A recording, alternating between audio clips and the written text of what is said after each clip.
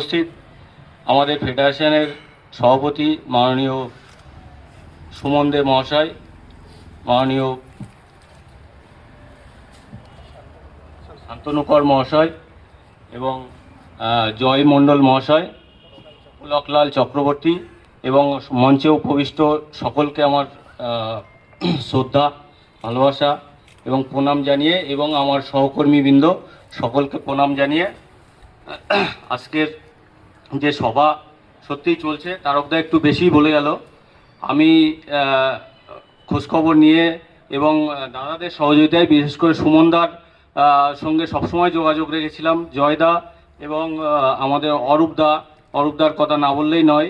আজকে তাদের সহযোগিতায় এই অনুষ্ঠানটা এখানে আমরা অনুষ্ঠিত করছি এবং আমরা যে প্ল্যাটফর্মে দাঁড়িয়ে আছি তার জন্যে তারাও অনেক কৃতিত্ব নেয়ার অধিকারী। আজকে না বললেই নয়, আমাদের কর্মচারী যারা কর্মে যোগ দেওয়ার জন্যে পথ দুর্ঘটনায় মারা গেল আমাদেরই এক কর্মচারী ভাই অভিজিৎ মণ্ডল, সেই সিচুয়েশানকে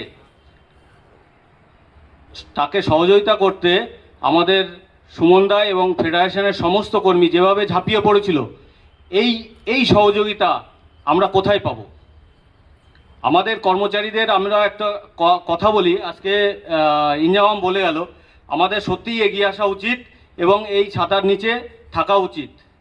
আজকে ভেবে দেখবেন, আমরা সবাই তার জন্য দায়ী, আমরা দায়ী না, মানে আমরা সবাই তার জন্য কিছু না কিছু করেছি, প্রত্যেক প্রান্ত থেকে সবাই যে যার মতন সাহায্য করেছে। কিন্তু এইভাবে আমরা আমাদের পাশে না থাকলে, এটা তো আমাদের একটা শক্তি। সুতরাং যখন মিটিং এবং মিছিল যেটা হবে, দাদারা যখন বলবে, আশা করবেন সবাই আসার জন্যে কোনো অজুহাত দেখাবেন না, তাহলে আমাদেরও ভালো লাগবে, সংগঠন হাত মজবুত হবে। আর সবাই মোটামুটি সব কথাই বলেছে। আর একটা কথা, আগামী বিধানসভা ভোট 26-এ আসতে চলেছে। আমরা চেষ্টা করব আগে নিজের পরিবারের ভোটকে